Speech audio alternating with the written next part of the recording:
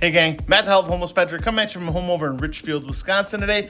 And today, got something we normally don't see. So this is an old school, what would be called heatalator. So basically it's in the fireplace.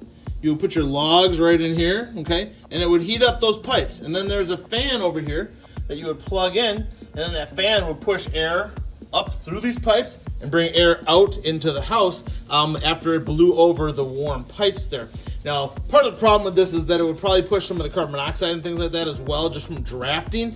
But yeah, an old school heatalator. This thing is just a set in place. Like this whole thing can just come out of there. It's not attached to anything. It's just set in place. But somebody made this or bought it. I'm not sure. It would have been back in the day, probably like 40, 50 years ago would be my guess. But that's what it looks like. Old school heatalator. Thanks for tuning in, you guys. Remember, the better you take care of your house, the better it's going to take care of you. See you next time.